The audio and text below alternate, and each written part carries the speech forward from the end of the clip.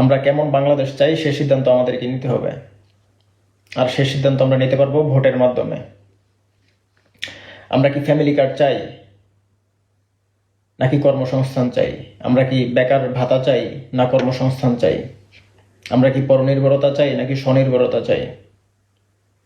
আমরা কি ভোট চোর, তেল চোর, গম চোর, কম্বল চোর, লবণ চোর তাদেরকে চাই নাকি সৎ ব্যক্তিদেরকে চাই যারা দেশের জন্য কাজ করবে, দেশের জন্য নিবেদিত প্রাণ?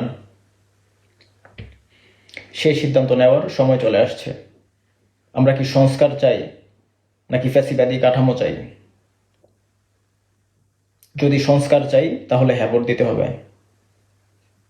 আর যদি আমরা চাঁদাবাজি চাই, আমরা হত্যা, গুম, খুন, ধর্ষণ, আপনি যদি এইগুলা চান তাহলে না ভোট দিবেন। আর যদি আগামীর সুন্দর বাংলাদেশ চান, যদি সংস্কার চান তাহলে হ্যাঁ ভোট দিবেন।